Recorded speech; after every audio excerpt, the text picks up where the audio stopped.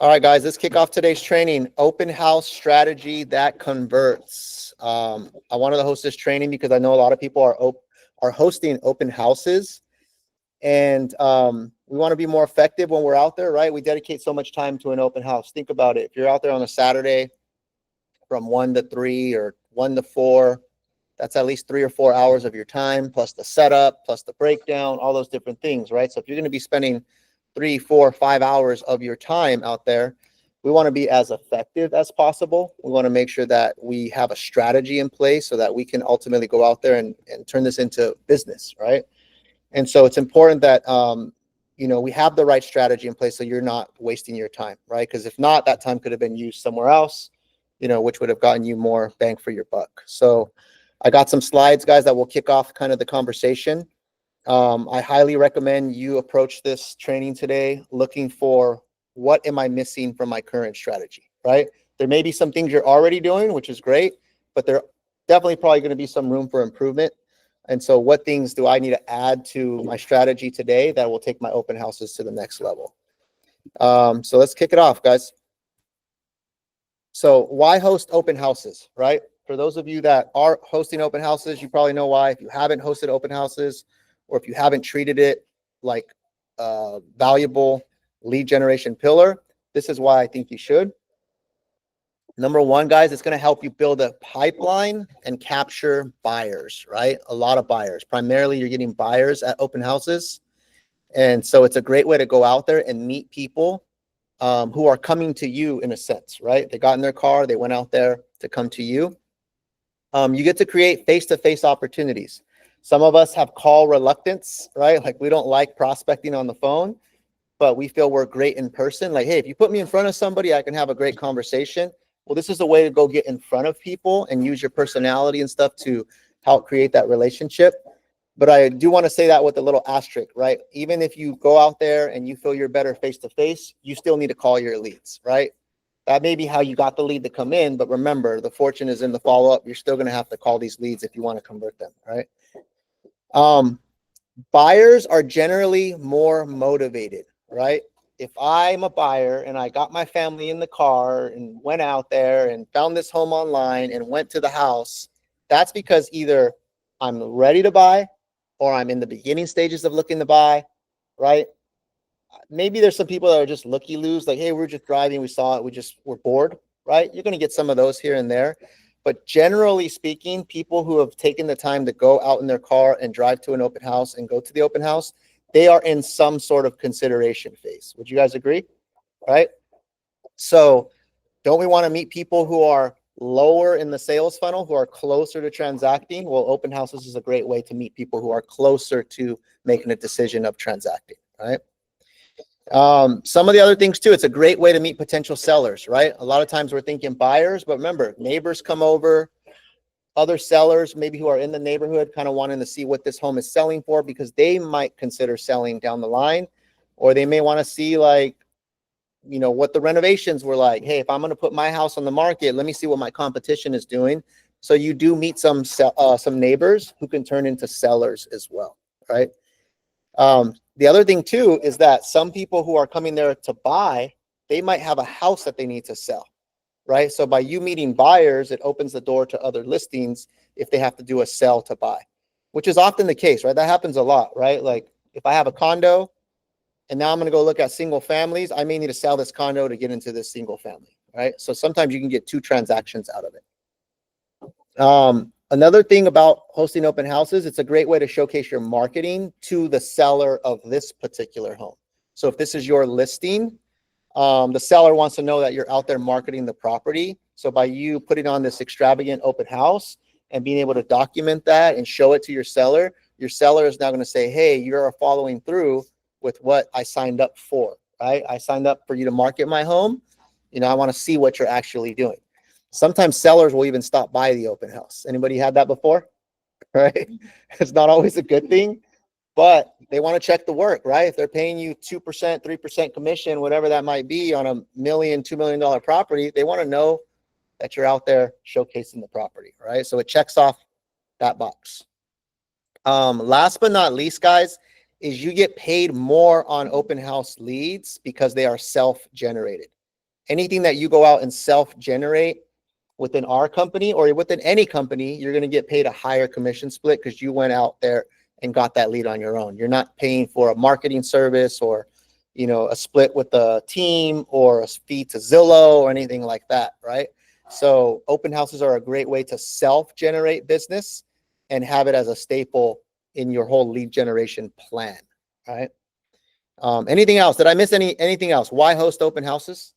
One thing I just want to add is that when you're hosting the open house, you know, understand that yes, that particular seller is expecting something, but it's a great opportunity for you to illustrate to potential sellers how you market, right? So it's important that, you know, again, I was doing some coaching with some of the agents, and can you unmute yourself real quick?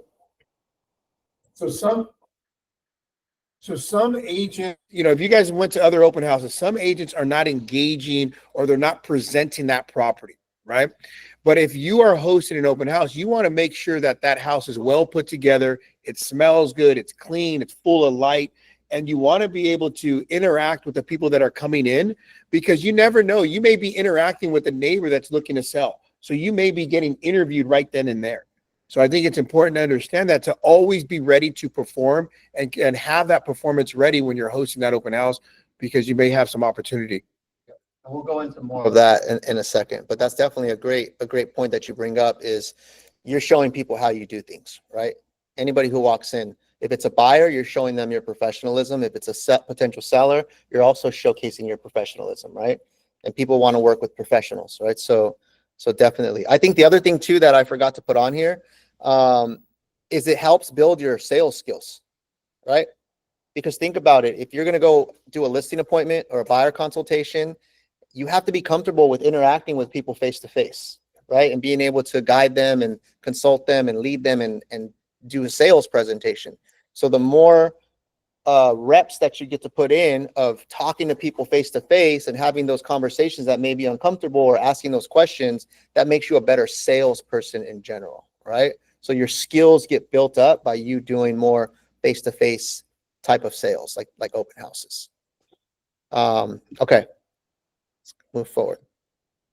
Mindset around open houses, right? I think this is important, right? You need to know why you're going out there and what the approach is and what the goal is, right?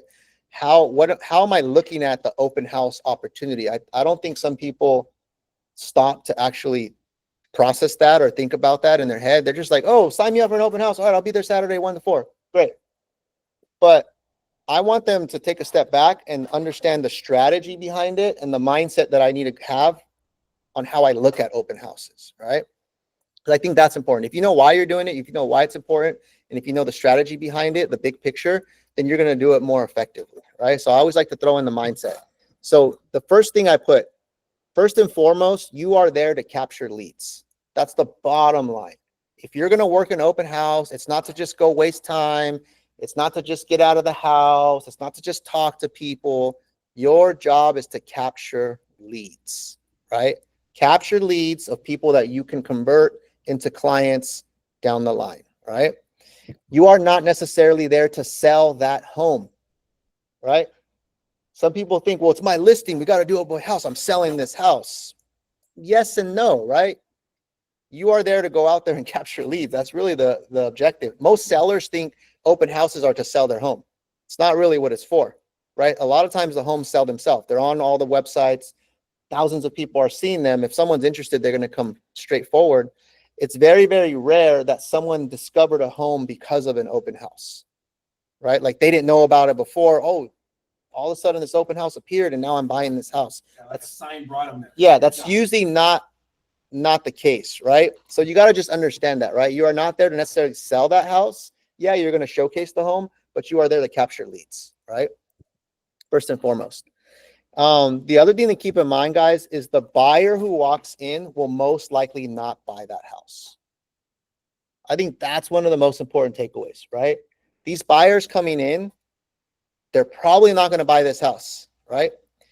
And the buyer may not buy a house right now. Them getting up into their car, who knows? Maybe they just, husband and wife said, hey, I think we should start talking about buying a house. Okay, great. There's an open house down the street. Let's go check it out. but they're not ready for a year or 6 months, right? So sometimes we're thinking like we're salivating over this buyer, right? Like, oh, I'm gonna close this deal. And it's like, no, they're just barely in the beginning stages, right? For that particular buyer. There are some that come in and like they're actively shopping. They've already seen hundreds of open houses. They've already submitted offers. So you will find people that are there, right? But some of them are not, right? And so you got to understand that you are building a pipeline. You are capturing leads, which are going to go into a system, which you are going to nurture, and you're going to act according to when they are ready, right? That's the whole approach. And so if we know that, right, if those fundamentals are laid out, then we must already think 2 steps ahead, right? I have to already think, well, what happens after the open house? What happens next, right? How do I stay in front of this buyer so that they choose to work with me, right? From this initial interaction. I have to be thinking 2 to 3 steps ahead, not thinking like, oh, they came in, great, you like this house, let's write an offer, now we're in contract. That's not how it goes, right? You always have to lead with value, right? If you want to be effective at open houses, you are there to perform. And when I say perform, not entertain people, but you are there to give performance that's valuable, right? Where you are giving good information to people so that they can see you as a professional, right? One second on the question. I'll get to you in just a second. So you always got to lead with value, right? And then the last thing is you got to meet people where they are at. What do I mean by meet people where they are at, guys? What stage are they at? Yeah, where they're at in the stage, right? Are they trying to buy or transact within the next few months? Well, that's a different approach for that person. Are they 6 months out or a year out? That's a different approach for that person, right? The person that's a year out, I'm not trying to close them to get pre-qualified, right? Right now, I'm not saying, hey, do you want to do an offer consultation? If I know like they don't even have a down payment yet, right? The person that is ready to go and like they're trying to actively buy a home right now, I'm going to be more aggressive and I'm going to be more trying to move them forward. I'm not saying, hey, well, let's just keep in touch. Call me if you need anything. No, right? You got to act accordingly. So you're going to meet them where they're at. So it's important that you understand where they're at. So now you can start categorizing your leads into these different stages, and then you can do different things depending on what stage you're at. Does that make sense? Okay. Richa, you had a question? Yeah, generally, in those scenarios, we only get like 2 minutes to 5 minutes to talk to a person. Sometimes it can be a longer if that client is just the one client that we have. So how do we, in what questions are important, like most topmost, and what are we telling them in terms of ourselves? In Yeah, just we're two or going to get three that's lines. part of this training. So we'll get to that in a couple slides. So Mm. I like the questions, great questions. You're just 2 steps ahead of me. I like that. I said you must be 2 steps ahead. So you're 2 steps ahead of me. I got this I'll answer those questions. Those are great questions. I'll get to that in just a second. Yeah, the one thing that I love that Enrique always does with his trainings is that he focuses on the mindset, right? And it's important that you guys understand that when you're taking your Saturday, your Sunday, your Friday, whatever that open house is, that you go into it with the mindset of that you're there to give value and you're there to go ahead and capture the opportunity. I really want to kind of just emphasize that because I think a lot of times when I'm meeting with agents, some agents are saying they're not even signing clients in, right? But Enrique's what he's explaining to us is that you know what? Yeah, they may not want to transact right now, but that might be a buyer a year from now. And if you're going to be doing real estate, you need to start building a pipeline, right? I really wanted to emphasize that. And I love that you always started with the mindset because if you go into, well, hey, I'm just going to host an open house. No, you got to go in there because you got to go in there with the attitude of, hey, I'm going to capture leads. I'm going to be setting appointments. Right? If I'm not signing anybody in, what the hell am I doing there? Right? Like that's a waste of my Saturday, right? That's a waste of time, right? So whoever's watching this, if you are not there to sign people in and capture their information, capture their leads, please go do something else with your time. You just wasted 4 hours of time, and time is the only thing in life that you cannot get back, right? So value your time, right? Make sure you are effective. Make sure you are going after it. Okay. Great reminder, Jay. So what makes an open house effective, right? It's having the right strategy. That's what makes an open house effective, right? It's not just showing up and winging it, which I see so many people make the mistake, right? Like literally they're getting ready at the open house. Like they're getting ready for the open house at the open house when it already started. And big mistake, right? You already lost right there, right? So you need to have a thought out plan of what happens before the open house, what happens during the open house, and what happens after the open house, right? Otherwise, like I said earlier, do not waste your time on open houses, right? Because you're just going to go out there, you're going to say open houses don't work, right? Why am I doing this, right? And you're going to be jaded, but it's because you didn't have the right strategy. That's really what it was, right? Do you have a comment? I just wanted to add something to that, and it kind of falls into making an effective open house. If your open house starts at 12, in your mind, your open house starts at 11. Yeah. No ands, ifs, or buts. Probably earlier than that. I'm going to go. That's the next slide right now. Never mind. Don't worry. I got that all covered. We'll get to Q&A, guys, at the end. There will be a Q&A and comments and stuff like that. I got it all mapped out, right? And then if you have stuff to add, definitely contribute. But yes, your open house starts before the open house for sure. Okay, so the right strategy. So now we're going to talk about pre-planning, right? This is where we're going, right? What Blanca said. Number one is you need to list it on the MLS early. This is a huge mistake I see that happens. You're working the open house this Saturday and Sunday from 1 to 4. It's not even listed on the MLS, or it was listed and maybe the times were wrong, or the admin messed up, or it got punched in for the wrong day. I saw one time it was supposed to be 1 to 4, and for some reason they actually accidentally put 1 a.m. to 4 a.m. It happens. Guys, human error happens, right? Human error happens, right? So if you want to be certain that you are not just going to show up for nothing, you need to make sure this is done ahead of time, days in advance, right? And you need to go online and double check it. It is your responsibility to double check and confirm where you are supposed to be. You cannot point the finger at the admin, because guess what? Admins will mess up. It happens, guys. Human error. Raise your hand if you've ever messed up. If you ever had a typo. Great. We're in the right place. Okay, so it happens, guys, right? I've seen it happen a lot of times where they're at the open house and then they're like, dude, it's not even posted online. And I'm like, well, why didn't you check? It's on you at the end of the day, right?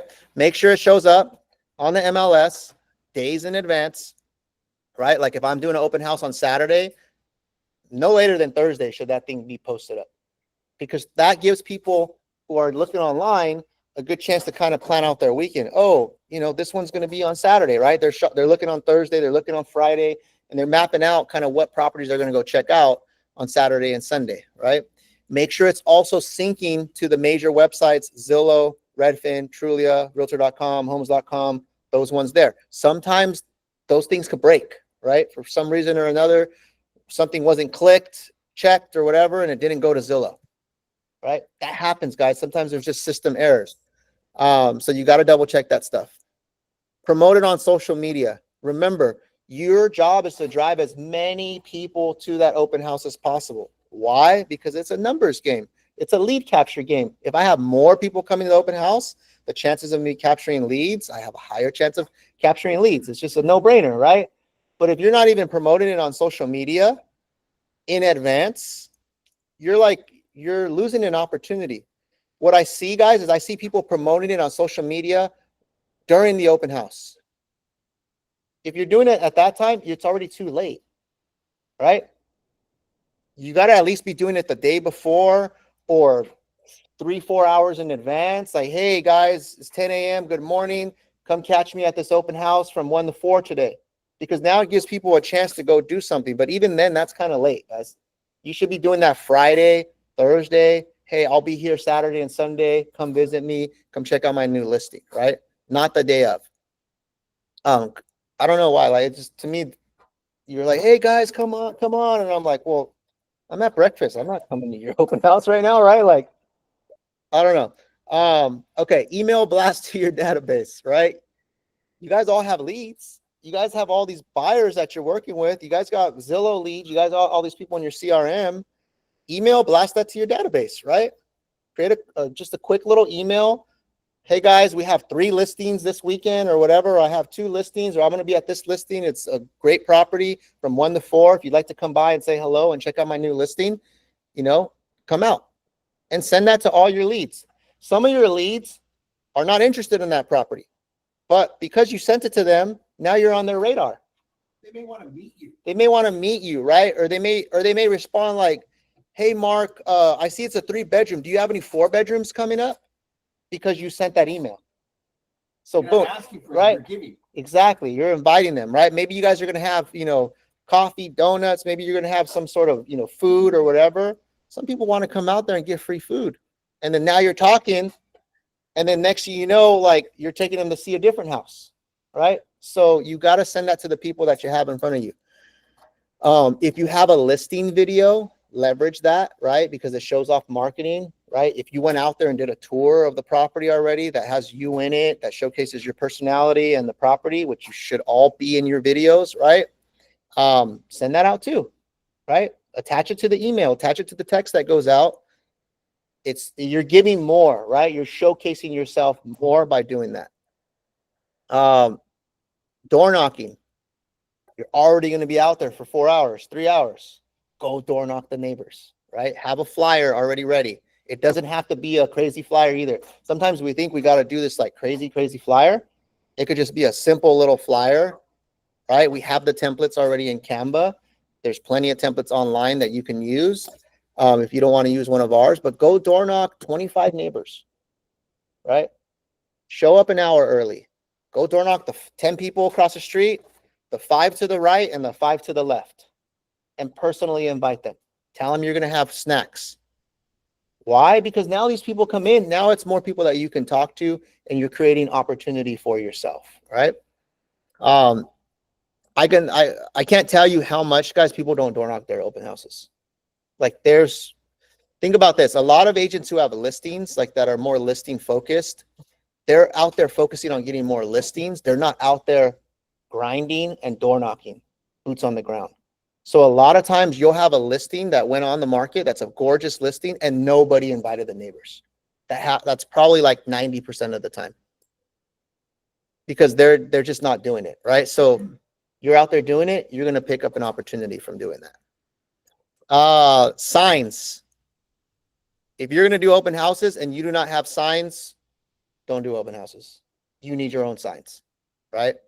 If you don't have signs yet and open houses is going to be part of your strategy, you need to invest in your own signs. And I think you should have at least 10 or more signs, right?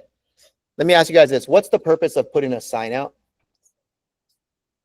Exposure, Advertisement, yourself. advertisement. Brand awareness and the fact that, hey, you're local to the market, right? That's the thing. Okay, that's all that. Those are all right answers, but that's more like big picture.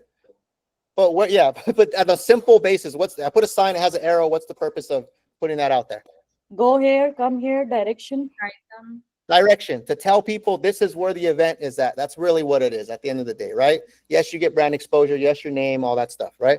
But the whole purpose of a sign is so that people don't get lost and they know where to go.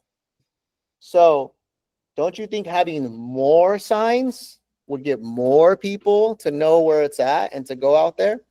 But if you got 2 signs out there, right, and one of them's in front of the house and one of them's at the corner, you're not really getting the most bang for your buck, right? You're not getting the most exposure. You're getting the most eyes on your marketing. You're not getting the most just traffic in general, right? So you need to have at least 10 or more signs. I know agents who kill it with open houses that have 30 or more signs out. To have 30 or more signs out, what does that require, guys? Okay, money, time. What was that? Planning. Right, we're in the pre-planning stage. To put out 30 signs, that requires planning. Yeah, it costs money to buy the signs, all that stuff, right? But it does require planning.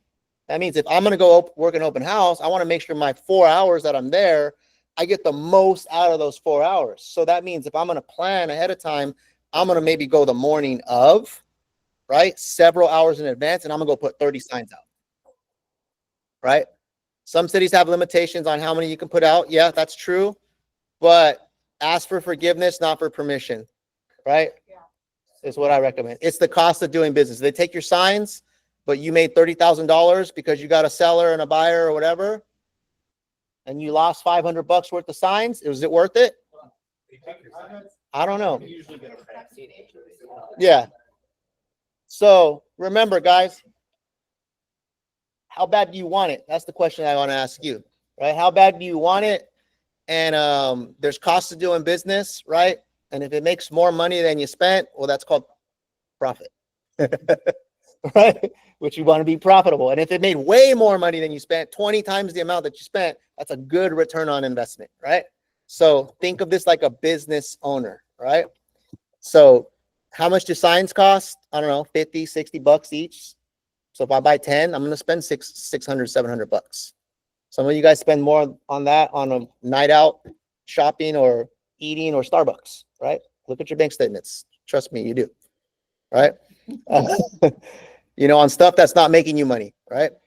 So invest in your signs. The other thing you can do is you don't just have to have the A-frame signs. You can get like the plastic ones that are cheaper that still have the information, the one that have the stakes, and you could buy 50 of those for like 200 bucks. And then you can have A-frames as well that cost a little bit more. And now you could freaking cover that whole neighborhood, right? Now, let me ask you this. If I'm a seller and I'm thinking of selling my home and I drive by and I see 50 of your signs out, am I going to be impressed with how you marketed that home? If I see 2, am I going to be impressed? If I see 4, oh, right? Most of you guys are only doing 4. Most of you guys are borrowing somebody else's signs, okay? It's the wake-up call right here, guys. We've got to invest in our business, right? There's a lot of money. We get paid a lot of money to do this, right? Okay. The signs need to go early that morning, right? Your open house is at 1. You should not be putting your signs out at 11. Wake up early, put on your big boy pants, drink your coffee, go out there, put them out at 9 a.m. Then go eat breakfast, then go do what you got to do, and then come back half an hour before the open house, right? You put it the day before. You can put it the day before. You might risk someone, a homeless guy taking your signs, right? Or someone vandalizing them, right? So yeah, you could put them the night before. If you want to go put them the night before, go put them the night before, right? Or early that morning, right? But definitely I would cover that neighborhood, right? It's gonna bring more opportunity. Pre-planning, you got to create your lead capture, your YLOPO lead capture page. That shouldn't be done the day of, guys. That needs to be done in advance because you need to make sure it all works, right? Make sure your headshot's on there, make sure everything's looking good. You got it printed out or however you're going to use it, whether it's going to be displayed on your laptop or printed on a sign or whatever. You want to make sure you're not fumbling with that thing the day of and now you're scrambling, right?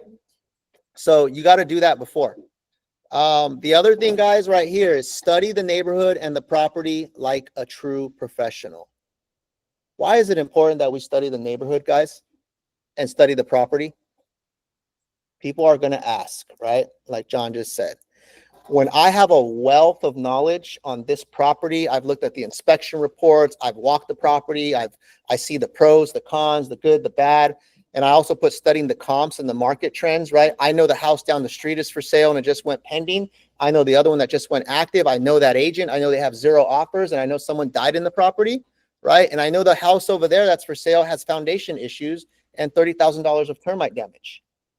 And now I get to talk about that in the open house when people come in, right? And I'm giving all this game and all this knowledge. How do I look to these prospective buyers and sellers? Valuable. Do people want to work with valuable resources or less valuable, right? You guys know the answer to that, right? So remember, you can't just show up and like, hey guys, welcome to the house, 4-bed, 2-bath, right? Like They already know. they already know that. It's on Zillow. I think that's a good point, Enrique, is that, whatever people can find out online, like you want to go above and beyond that. And Enrique mentioned something like, calling the ones that are that are pending, right? Calling the ones that are active, looking at the reports. This is something, right? Looking at the actual reports. When someone says, well, hey, that house across the street is going for this. Well, yeah. Did you realize what's going on with the foundation? Did you realize, that, this is what's going on with the roof? So I think when you're looking at value, look at value of where the consumer cannot get online, right? And what they can't get online, they're not going to be calling the listing agents on the active depending. They're not looking at reports. To me, that's value. Absolutely, guys. Right. Remember, like, I know when I go to an open house, like, this is my thought process. I'm not here to waste time, guys. Like, my time is important, right? If I want to make millions of dollars per year in this business, every hour counts, right? Every minute counts, right? So I'm going to go out there and try to be the most effective that I can be. So I'm going to prepare, I'm going to research, I'm going to do all this stuff. So when I speak to someone, I can speak with confidence, with conviction, with value and knowledge, right? And I'm going to impress them. They're going to leave that conversation saying, wow, that guy's a badass, right? I want to work with him. That's the impression you want to leave on people. And that only happens when you prepare, right? And so if you're doing that, like, at the property, you're already too late, guys, right? Someone walks in and then, like, you're over here trying to look online and they walk in, now you got to put your phone down and now you're talking to them and they're like, how big's the lot? Great question. I'll get back to you. You already lost, guys. Like, you look bad, right? Is there 3 bedrooms and you haven't even walked the house? Yeah, I think there is, right? I've seen it all, guys. That's why I'm a little passionate right now, because I want to really, really drive this home. But prepare. All this right here, guys, I'm going to put all this on a checklist. This needs to be on a checklist. So if I'm going to do an open house, I need to be checking every box off. Did I do this? Did I do that? Did I do that? Did I do that? If I didn't check them all off, I'm not prepared. Right? Real quick, Enrique, I really want to emphasize that it does take every single thing on this list plus more, right? So when you're looking at this list, you're like, oh, well, maybe I'll do 30% of it. Oh, I'll do 40% of it, right? That's not what has to happen. You have to do every single thing on this list at a high level, because again, you have that potential of getting another $2 million listing or a $2 million buyer. So with putting all those signs, by having that knowledge, being able to illustrate that value, that's what's going to separate you from those other agents. So I really want to emphasize that it takes all those small things to make those big things happen. Absolutely, guys. And when you're preparing your flyers, all that stuff too, should have your name on it. Obviously, you got to put the broker and all that stuff, right? Your name, your photo, your name should be big on there, right? Because you want people to know your name. You want them to know John, right? Adrian, Mark, Blanca, Mai, right? You want them to like, oh, that's my new in. Yeah. Oh yeah, I saw her at her other open house, right? Or I know her face, right? Like, you start becoming a name within these neighborhoods, right? So this is an opportunity for you to market and brand yourself, which is why you need to get your own signs too. If you're using my signs that just say PRG, great. Market PRG, I'll take that all day. But you are not marketing yourself, which at the end of the day, you want to build your brand and your reputation within the industry, right? All right, let's go. All right, during the open house, guys. So we did pre, now we're doing during. What happens during the open house? Number one is you got to set the vibe of the open house, right? What do you want people to experience when they walk into your open house? Do you want them to have a great experience, or you want them to be like pointing out all the shit that's wrong with this property, right?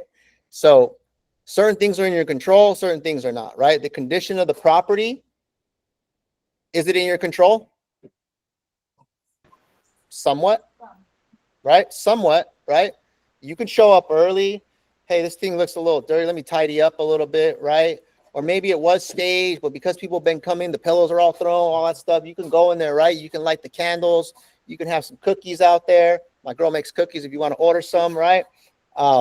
You can have the music playing, bring your little speaker, have a nice little playlist, right? Check the temperature. If there's AC, if it's hella hot outside, put that AC on, right? You don't want people walking in and we're all freaking sweating bullets, right? You don't want that to happen. The lights got to be on, right? All the lights need to be on. All the blinds need to be open. If the house smells a little musky, get some air freshener in there, right? Open the doors, get the breeze going, stuff like that. You need to say, like, if I was the buyer and I walked into this property, what sort of experience would I have, right? You know, so that stuff is in your control. The other thing that's in your control too is if you know it's not a nice property, you can choose to do the open house or not. That is in your control, right? Like, hey, I'm not gonna waste my time at it's an ugly house, right? Like, probably not gonna get a lot of people anyways, right? I want to place myself in these nicer properties because I want to attract those type of buyers or sellers or whatever that might be. That's a strategic decision as well, right? You know, and so always analyze this property. Is it going to be worth my while? Maybe it's a hot property. Maybe it is a fixer upper, but it's priced really low. And I know I'm going to get a lot of action. So I'm going to go capture the shit out of these leads, right? Or maybe it's one like, I know I'm probably not going to get anybody that comes by. That's the personal decision you got to make. But remember, strategy. What is your strategy, right? How do you get the most bang for your buck? You got to dress the part, guys, and you got to be the part. That's important. Does my dress code, how I'm showing up, how I look, fellas, we got to be groomed. Ladies, you got to look sharp, right? We all know, like, if we're in our Sunday's best or not, right? Or if we just rolled out of bed and wiped the boogers off our eyes and drank some coffee and we're there, right? Do not do that, right? Don't go in there with some dusty shoes. Don't go in there with some dusty shoes or a wrinkled shirt, fellas, right? Like I'm speaking to the fellas because I know ladies are more conscious of how they look, but our men sometimes I'm like, bro, are you serious? You're going on an appointment like that, right? Have that blazer in your car ready to go, right? Came from the cleaners, it's pressed, whatever that might be. I'm not saying you need to wear a suit and tie, but I'm trying to ask you is how do you want to represent your business? Are you thinking about that? What is your brand and image, right? My boy Antonio always looks fly, right? He's not wearing a suit, but he's always dressed nice, trendy, right? Stuff like that. That's a cool look. Rock it, right? You could be dressed a little more casual, but it should be business casual, right? I wear sneakers all the time, but I'm going to wear a nice shirt, chain, whatever, right? I'm going to be groomed, right? So you got to figure out like what's the image you're trying to put out there. It's not a one size fits all, but you should look your best, right? Whatever your style is, make sure it's a professional style. Make sure it's something that someone sees you and they're like, yeah, I can see myself shopping for homes with this person, right? And if you're not sure, ask me and I will be honest with you. All right. You got to use the digital sign-in, guys, the YLOPO open house tool. We keep saying this like a broken record, but some of you guys still are not using it. I don't know why, right? You need to use some tool, right? We already have it. You don't need to pay for anything else. You get this as being part of our team. It does a lot of stuff, which I'm going to show you in a second, right? But you need to have this form of capturing leads, right? That's going to systematize the process, right? Where it doesn't just rely on you. You are there to capture leads with intention. I am trying to get your contact info. Mark, you're at my open house. I don't care if you have an agent. I'm trying to get your contact info, bro. Because if your agent drops the ball and you fire him, I'm here, brother. Come to me, right? I gave you all that knowledge. It happens all the time, right? People fire their agents all the time. People could say they have an agent. So why are you writing the offer with me then? Where's your agent? Oh, he's in China on vacation or something, right? I can't get a hold of him. Well, hey, offers are due tomorrow. What should we do? Right? Like, it happens, right? But you got to make sure you're capturing the info, right? And you got to make sure that you're being a hawk. Like, make sure they're putting the right email address in there, right? Don't just say, here you go, sign in, and then not check in and assume that they put all 7 digits, right? Sometimes they're not, right? So I'm reviewing that. Hey, was this a 2 or this a 1, right? Or what is this, right? Was this a 7 or right? Was this a 6 or a 9? Oh, it's a 9. Okay, great. So your phone number is 4, right? I'm doing that, guys. Like, I'm making sure. Remember, I'm spending my time there. I want to get the most I can from it, right? And if you guys can, do it on your computer. Don't do it on your phone. Yeah, computer, phone. Turn your computer, hey, sign in. Yep, you could do it on your computer, right? It probably looks nicer when it's on a screen like an iPad or a computer, right? Phone is the worst case scenario, right? But it's going to look nice. It's also going to be like, from a marketing standpoint, when you have your computer up and it has the image of the property and all that stuff, it just looks nicer. It looks more presentable, right? People that walk in, they're like, yeah, this is a good setup right here, right? Have printed flyers, guys, or feature sheets, right? So take some time to have a quick little flyer that you print out that maybe talks about the property, highlights the features. We have templates in Canva that you can use. Make sure there are calls to action on there, right? QR codes. Hey, book a consultation, find out your home value, get access to off-market properties, scan here, and then you capture that lead, right? Or call today for request inspections or disclosures, scan here, right? Stuff like that. There needs to be a call to action because someone might take it with them and then they go talk about it. And then next thing you know, you get a lead because they scanned your QR code. Happens, guys. So you got to be ready, right?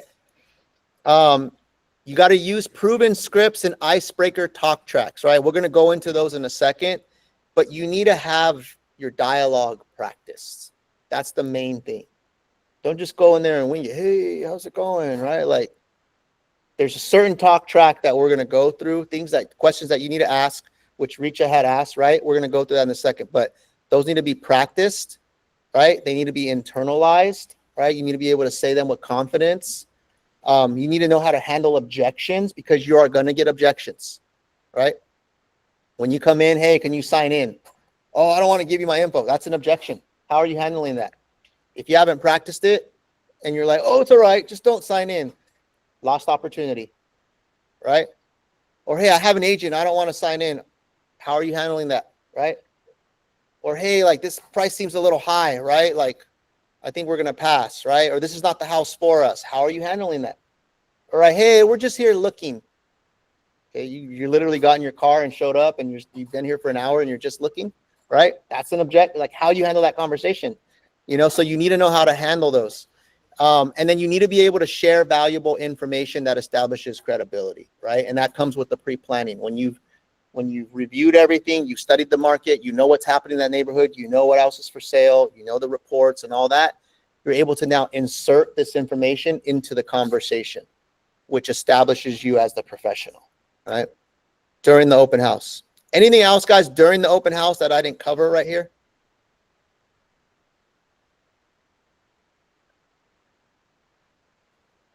Right. All right.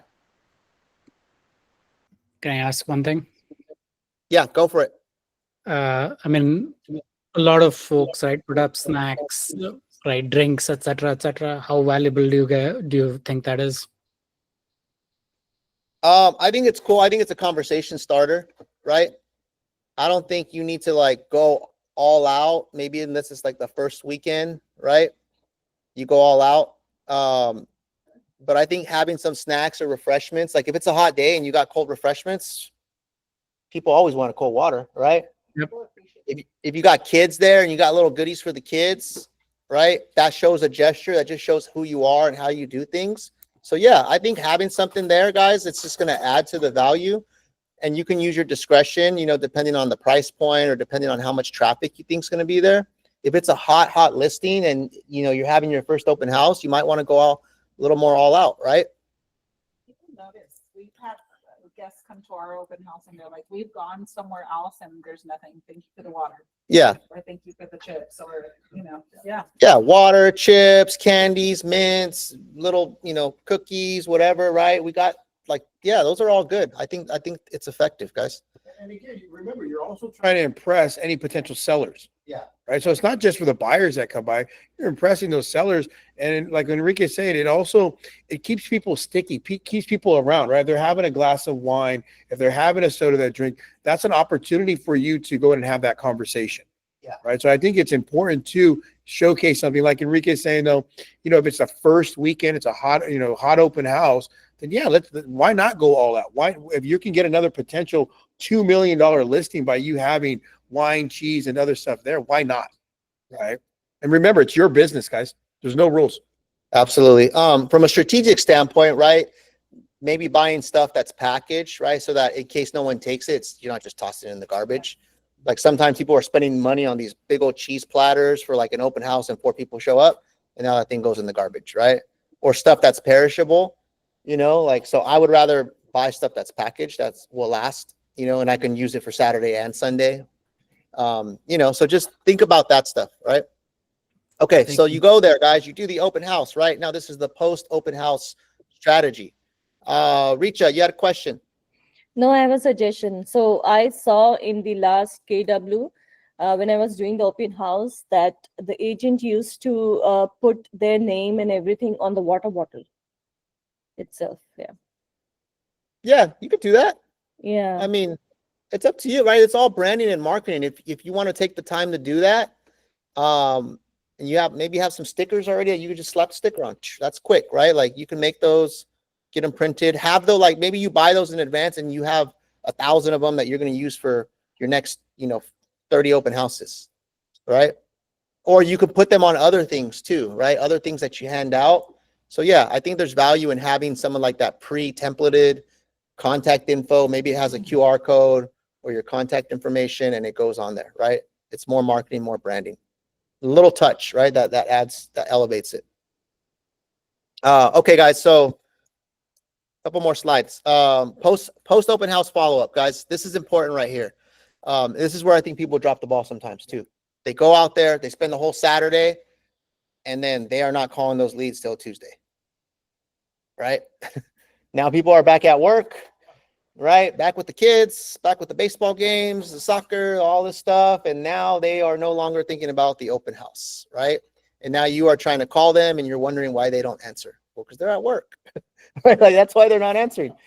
So you need to follow up the same day. There needs to be a post, right, system, right? A post open house process that goes into place. So I would be same day follow up, right? After the open house, a couple hours later, call them or text them, right? Send a video, right? Because sometimes if they looked at multiple open houses, they may have forgotten who you were. So you send a text and they're like, who is this? It's John, PRG. I looked at 12 houses today. I don't remember who you are. But if I send a video, hey, Kathy, it's John, PRG Real Estate. You came by 123 Main Street, right? Just want to say hello. What you guys think of the property, right? Stuff like that.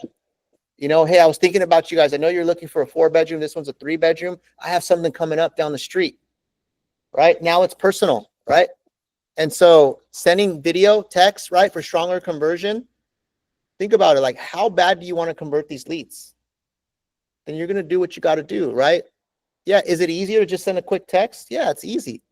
But if we're trying to make, significant money, you got to do what's going to be effective, not what's going to be easy, right? Do it with intention, right, guys?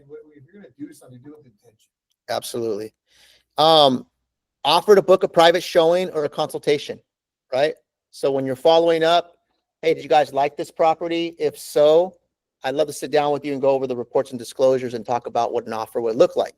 Or if you did not like this property, right, I'd love to show you some of the other properties that we have coming up that may fit your needs, right? Or if you're just getting started, I'd love to do a buyer consultation with you or get you in touch with my lender so we can run some numbers, right? I know you're barely in the beginning stages. So remember, you're meeting people where they're at, right? Based off the conversations that you had with them. Then you're going to offer the appropriate thing. First time buyer that's just looking, this is the first open house they looked at, they're still far out. I'm not saying let's do an offer consultation, right? I'm saying, hey, has anybody ever taken the time to go over the buying process with you? Right? Do you even know what it would take to buy a house in the next 12 months? Right? I'd be happy to sit with you, no obligation, and give you some good information, set you a roadmap, right? Now you're meeting them where they're at. Now that's valuable. Now they're going to be more inclined to want to talk with you. All the leads, guys, need to go in the CRM. Like, this is a huge mistake people make. They're just not following the process. They got paper that they're writing the things on. You can't read the handwriting. They're using some spreadsheet that's on their desktop, and there's a million other spreadsheets on there. They're losing them, right? Like, there's no system, right? The CRM ensures that things don't slip through the cracks, which is why they need to go into the CRM. Once it's in there, it's not going to get lost, right? You can come back to it. If you're worried, like, I'm trying to think why people don't use the CRM. If you're worried, like, that we're going to take your leads, keep your leads, guys, we have 40,000 leads. We don't need your 5 leads from the open house, right? I say that with kindness and with just certainty that no one's going to take your leads, right? The reason we want to put them in the CRM is because we want you to put them on a process and a system to convert them so you could get paid and we all make money, right? That's all it is, right? It's a mindset of abundance, right? So your leads need to go in the CRM. They need to be tagged. They need to be categorized. They need to have notes, right? You need to put them on drip campaigns, right? Or if there's marketing that's going out, right? You need to set them up with property searches because we said in the beginning, most buyers that walk in are not going to buy this property. So we're thinking 2 steps ahead. Well, let me send them other properties that are similar in price point so that I can start seeing which one they want and which one I can go maybe show them, right? We're thinking a couple steps ahead already. You need to be able to follow up with personalized touches, right? So when you're calling them or texting them or sending them a video, throw in the personal stuff, right? Hey, I know you guys were looking for a big backyard, right? I know this gorgeous property that's coming on the market that has a big backyard and a pool. Would you like to, more information on that? This is now where you're getting personal, right? So now you're able to spark their interest and they're going to want to talk to you. If all this sounds like a lot, guys, just remember, if you capture them on the YLOPO, it does all of that for you. It puts them on a search. It puts them on a drip campaign. It puts them on a dynamic home search. Does anybody know what a dynamic home search is? Just based on what they're searching for, right? Yeah. It'll adjust. So if they went to your open house and this was a 3-bed, 2-bath, $1 million, right? And they register through our link and it goes into the CRM, YLOPO will start sending them properties that are similar and that are in the similar area, city or county. Yeah. Depending on which ones they start clicking on and viewing, the system starts to recognize what they like, and it'll start sending them properties based off what they click on. So the search changes for you, right? So you're not having to constantly update their search. It's a smart search system where it starts updating the search profile based off what they're interacting on. Guys, if you're working open houses every weekend, that's too tedious for you to try to do all this on your own. That's why you just got to use the system. Let the system do that for you. The system will text them as well. It'll email them. It'll send them properties and then sends them a welcome email, right, on your behalf. As they start clicking on stuff, the AI will kick in and start texting them. Hey, it's John's assistant with PRG. I noticed you were on our website and you looked at this property. Do you want to set up a time to look at it? I can get John on a call with you. The AI starts doing that for you. So it's like you have your own built-in assistant that's starting to follow up with the leads for you, right? You can't do this just if you have it on a spreadsheet or you just have it Yeah. Having it on a spreadsheet that's on your laptop or on a piece of paper that's in the back of your car, like it's just, you're not working smart, right? And I don't know anybody who is using a spreadsheet. And I will say this with 1,000% confidence. Anybody who's doing the spreadsheet method that is taking those leads, going in here and doing all of these things that I just talked about. They're not. Remember, it's a numbers game. Even if like you got 10 leads and you knew like 8 of them had agents, I still want to put them on this. Because I want the system to just start fishing out the people who I need to talk to. Right? But what happens is most agents, like the spreadsheet method, they'll take the 2 that they had good conversations with, and then they'll dump them in the CRM, but then those 8 just get lost. And those 8 may be your buyer in 6 months, right? Or a year, or they fire their agent and you've been following up with them and now all of a sudden they're booking a consult with you. But because you didn't put them in there, like that opportunity got lost, right? Trust me, guys, it happens. We're in the pipeline game, right? Build a pipeline. Any questions, guys, on the post follow-up process? I'm going to go into some scripting and questions next of what we got to say. Quick question. Yes. So on the MLS route with members only, Mhm. can you send people those homes, or is that only for MLS purpose? Members only properties will not show up on home searches, but you can manually send those, right? And Some have off-market properties. Yeah. Just members only. Yeah, those are off market. So advertise members only properties as off market because they can't see those anywhere. So I wouldn't necessarily send them to them. Okay. I would say, hey, I have a 3-bed, 2-bath in this zip code, that's coming on the market soon. It's off market. Are you interested? I can tell you more information. Let's jump on a call. Let's jump on a consult. Or maybe they're willing to show it. Some of them are like members only show, members only don't show. And then that's your way to capture them and go show them this off market, which separates you from any other agent. So that's a really good question. I did that the other day. Yeah, use that as leverage for sure. Okay. Scripts and talk tracks, guys. What are you saying when people come in, right? And we'll touch on this a little bit. This could be its own training in its own, the dialogue and how to say it, but I'm going to give you a couple pointers. I'm going to give you the most common things that you should say, and I'm going to give you the 3 most common objections and how you answer those, right? So number 1, when people come in, what I find effective, right? And everyone could do it differently, but if you're not doing this, maybe consider it, right? is I like to welcome people when they come in, right? Hey, I like to make them feel welcome. Hey, welcome to the open house. Come on in, right? It's like you have a guest coming to your house, right? Come on in, you know, hey, how you doing, right? Introduce yourself. I'm Enrique. Hey, come on in. Let me give you guys a quick rundown of the property.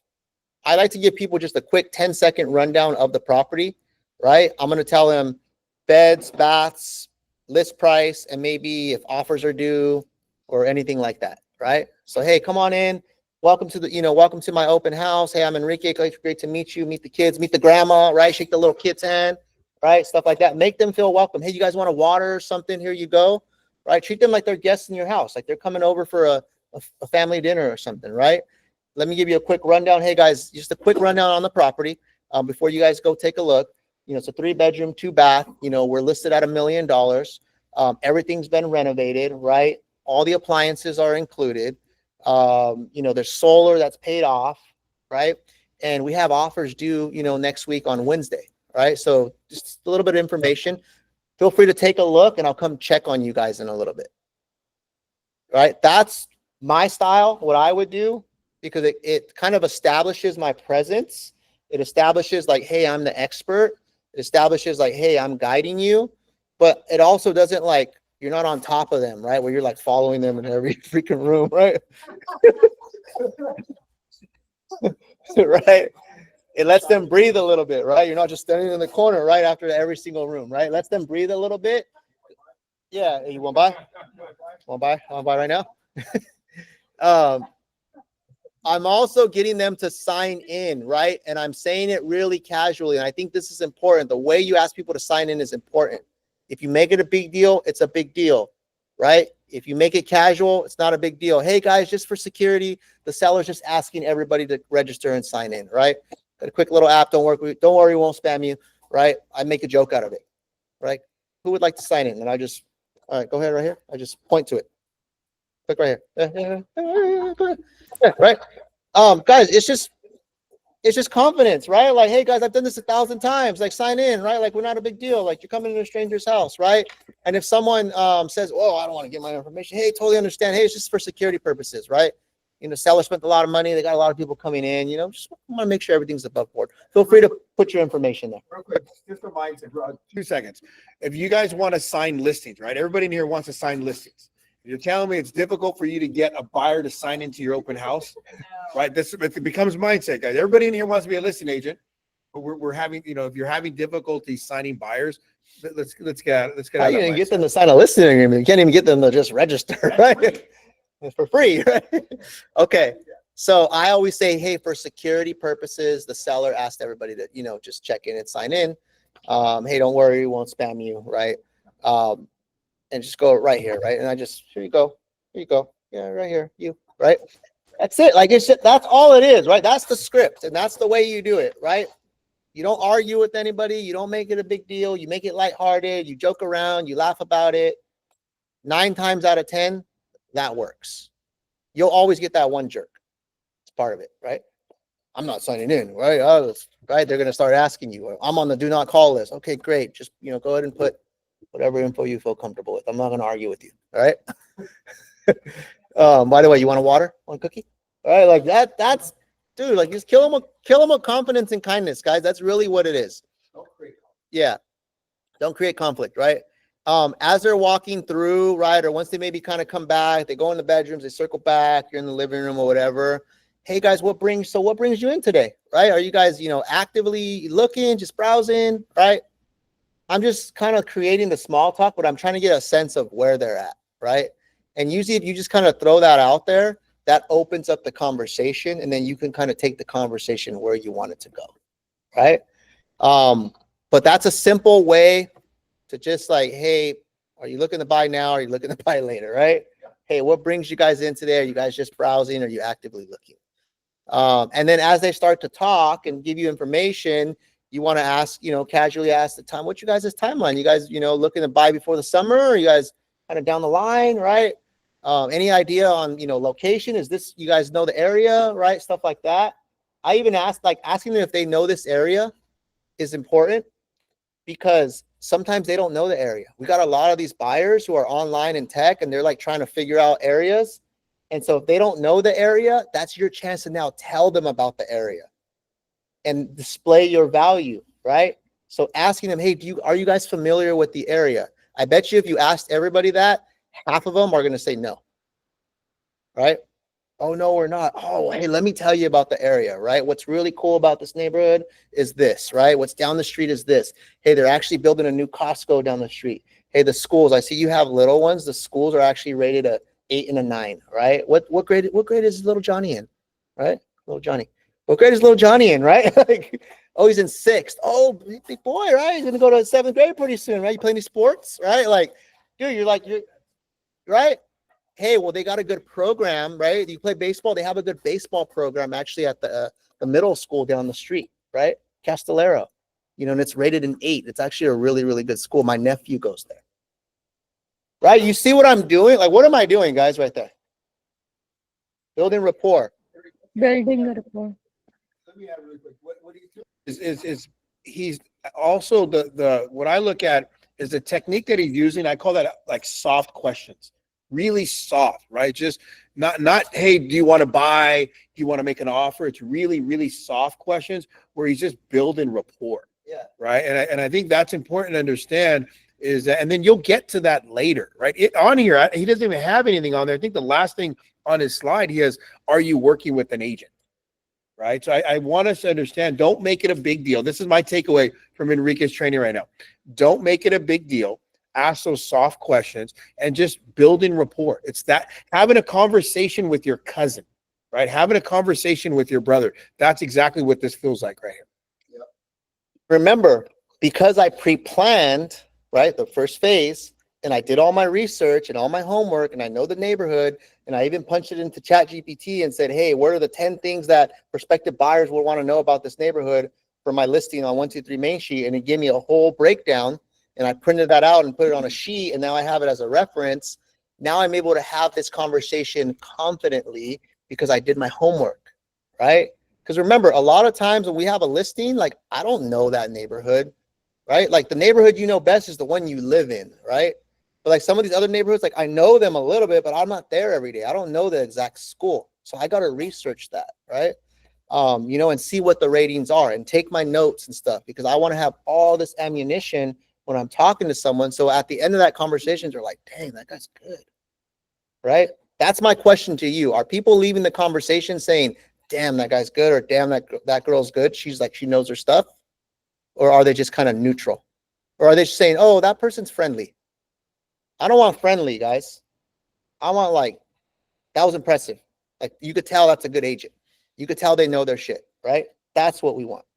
We want people to leave with that, right? Because if you just focus on that, you're going to win more people over and people are going to do more business with you and your income will go up as a result of that, right?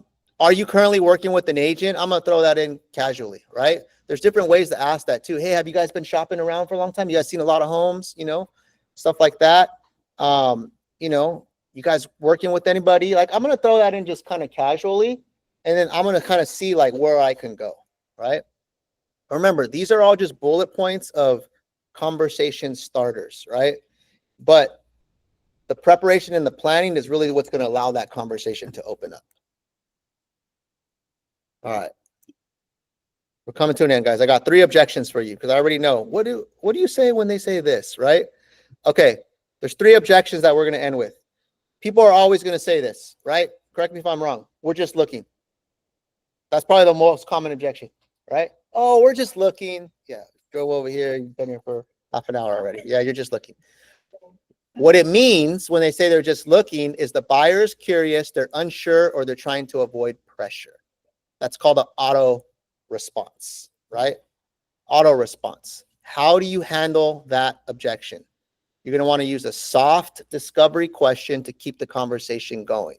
You don't want to just run away. Oh, you're just looking. Okay. All right, I'm out. No. Agree with them. Hey, totally understand. You guys are just starting to explore the market. Are you guys just starting to explore the market or have you seen any homes already? Right? Follow up. Hey, would it be helpful if I sent you a few similar listings to keep an eye on the market until you're ready? That's it, right? Just keep it real casual. No like hard close. You're just looking. Hey, totally understand, right? A lot of people are just looking. You know, by the way, have you guys, you know, seen a lot of houses? You know, stuff like that. And then they're going to tell you, it's all in the delivery, it's all in the tonality, it's all in how you present it, but that's going to allow the conversation to go, and then you'll find your in, right? Oh yeah, we've seen a lot of houses, but we keep getting outbidded. Oh, tell me about it, right? Now you guys are talking about the market, right? You know, stuff like that. But if you don't ask those questions, you're not going to know where to take the conversation to, right? Okay, next one. We have an agent. How many times have you guys heard that open house? Oh, we have an agent. Okay, sorry I asked, right? I'm out. No, what that means is, number one, it could be true. They could have an agent, or it's just a defensive mechanism, right? It's just, I don't want pressure, right? Auto response. So how are you going to handle it? You're going to respectfully clarify, right? Got it. Are you officially committed with the buyer's agreement, or are you still exploring your options? Right? But I'm going to say it more lightful. Oh, hey, totally understand. Hey, are you guys like officially committed, or are you guys still exploring your options? You see how like I took that sentence and I made it lighthearted? Oh, no, well, you know, it's just some guy we met, you know, on Redfin. Oh, okay, totally understand, right? That's great. Do you mind sharing their name so I can make sure they know you guys stopped by? Some of you guys got uncomfortable, right? I'll say that. I go, I probably know them. I've been in the industry for a long time. I know a lot of the top agents. Who are you guys working with? It might be one of my buddies. Oh, we're working with so-and-so. Oh, I haven't heard of them. Must be new.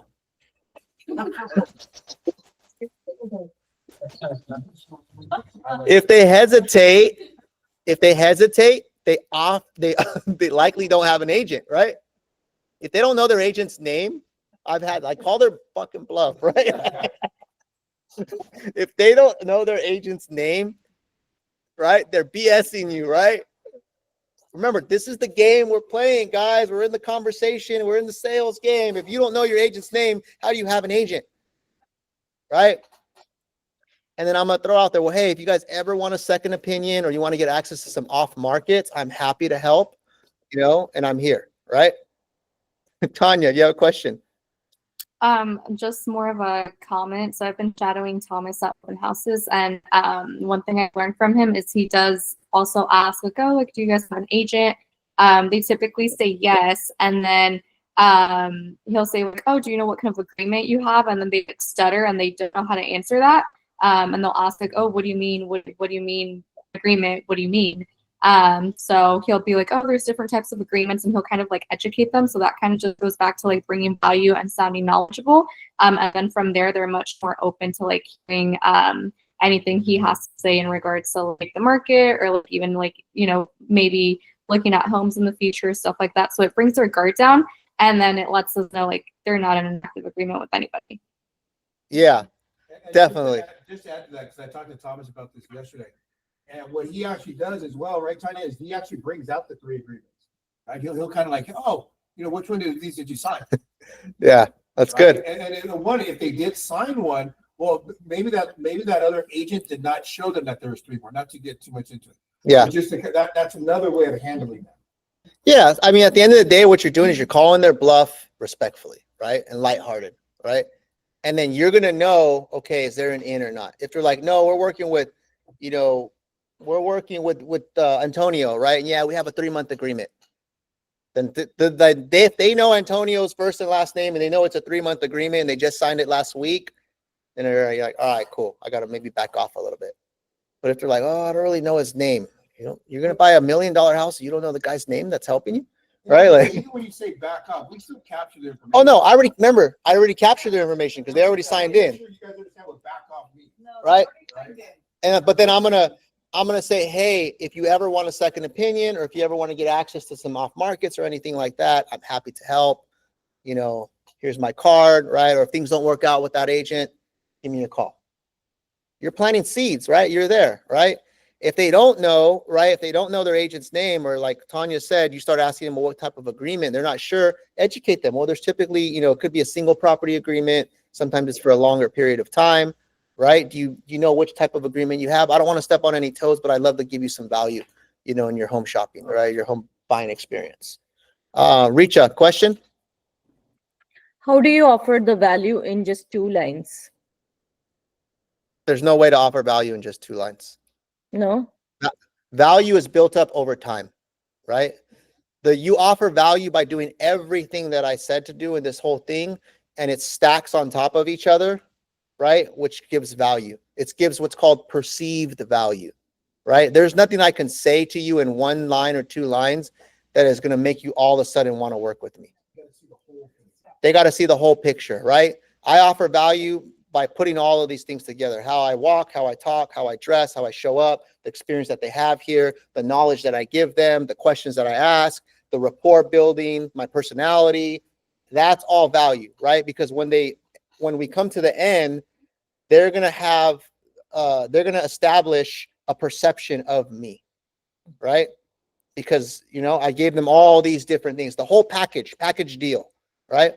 That will not happen in just 2 lines. Unfortunately, it takes more.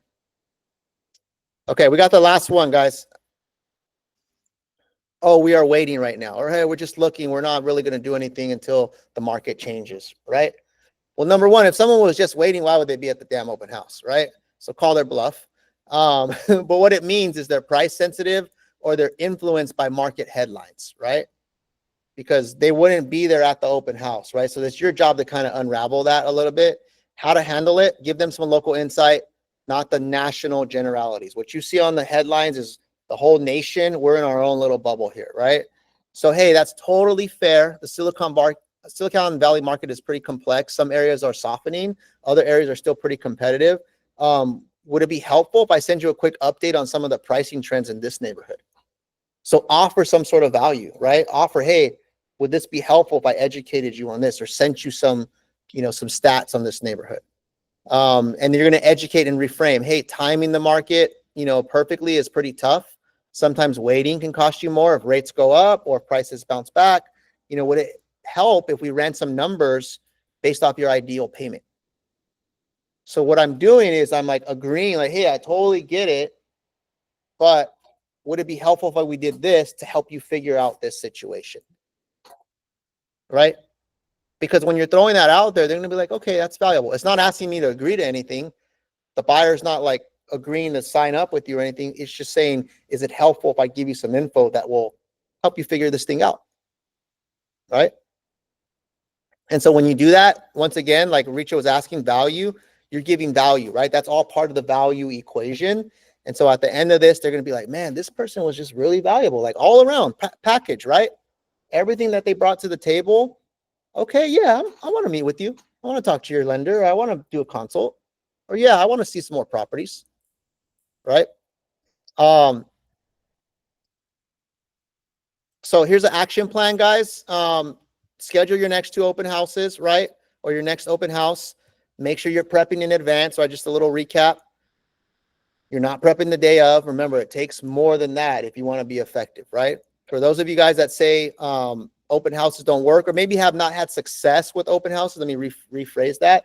If you guys have done open houses and don't feel like you've gotten success from them at a high level, then I want you to now think back. Have I done all of this? Did I do all of these steps? Right? And you got to remember, guys, that strategy is everything, right? It's not just working hard and showing up. It's also having the right strategy, right? You put those 2 together, you're going to have success. And you got to role play this stuff, right? Like if you want to, these objections are common. Like those are probably 3 common objections that you're getting. So why not take some time to just role play it? Role play that with each other, right? Make that part of your weekly routine. Make that part of your morning, 15-minute role play, before you go out there, or even like a couple of days in advance before your open house. People are going to ask you this stuff, or they're going to say this. So be prepared for the battle, right? Really quick, guys, what was one thing that you take away? Those of you at home, please write it in the chat. What was one thing that you took away from this? You're like, I got to add this, right? Or what one thing that stood out? Same day follow-up. Okay, that's huge. What else? Calling the bluff. Calling their bluff respectfully, right? Yeah. What else? Using YLOPO. Absolutely. What else? Just throw them out there. Mark, what'd you take away? What's one thing? Checking in advance that the property is open houses Listed properly on Zillow and everything. Yeah, sounds simple, but making sure it's actually posted online, right? That's crucial. Blanca or Mai, what's one thing that stood out? I can't express enough, be informed. I've had a lot of agents sign up for the open house, and I have to say Antonio is always downloading the disclosures. Whether job, he Antonio. has a client or doesn't have a client, or he's getting ready to host, why does he do that? Because he wants to be informed, to provide value. Hey, we have the inspections, there's nothing, it's clean, or hey, we may have some negotiating power on this. It's how you position it. Yeah, Yeah. being informed, absolutely. Mai, anything that stood out? One nugget. Same day follow-up. Yeah, a couple of you guys wrote that. How about this table? What stood out? Just planning, like pre-planning during and after, how important it is to plan all throughout. Yep. How important it is to have the strategy pre, during, and post, right? Absolutely. Tanya, learning how to handle leads, objections better. Absolutely. Same day follow-up, putting signs. Yep. Signs, guys. You need signs. Johnny or Ari, anything that stood out? For me, it was more, the same day follow-up as well. Same day follow-up. Just the white logo and the QR codes and the call to action. Using the tech tools.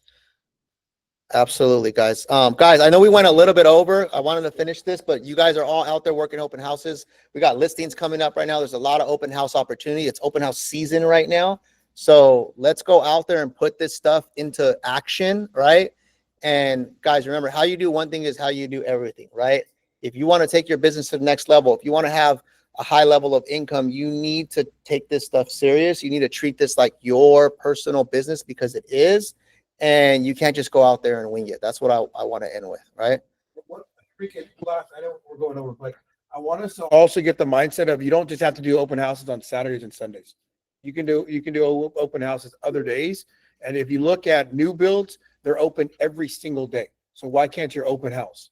Right. So look at that. And I want you to also understand that. Don't wait just for Saturday and Sunday. Reach out to agents that have open houses or have listings, and see if you can list their houses, during the week. Absolutely. Last thing, sorry. And don't feel like open houses is a waste of time. It's not. You're putting yourself out there, whether it's a busy open house or not a busy open house. It's marketing, exposure, putting yourself out there. But a quick testimony, John and I are writing on one of our listings, plus we got another buyer from Yeah. different. And if it doesn't work with this listing, we have 2 buyers. Yeah. From a weekend open house, from a one-day Sunday open house on assignments that we got, and a potential listing from door knocking. So for those of you who don't door knock, at the very end, we've got a potential client who's curious on the market and a possible listing. The worst thing you could do is, if you're not busy, you're not working with buyers or sellers, put yourself out there. See what's going to work. And if anything, it gives you experience and it helps you just grow. Yeah, Yeah. absolutely, guys. I'm going to say this. Every weekend in this business, you're either showing homes, meeting with sellers for listings, or you're working an open house. It's one of those 3. You're either out there trying to get somebody in contract, or you're out there trying to generate leads so that you can go out there and get somebody in contract, right? And the other thing too, as this was an open house training, but if you have a bunch of buyers that you have already in front of you, make sure you're working those before you're just trying to sign up for more open houses. That's the other thing too, right? Make sure you work the leads that you have already, right? Go ahead. If they say they have an agent, still have them sign in. Zyla did our open house. She checked in with a sign-in that has an uncle agent just to see how they're doing.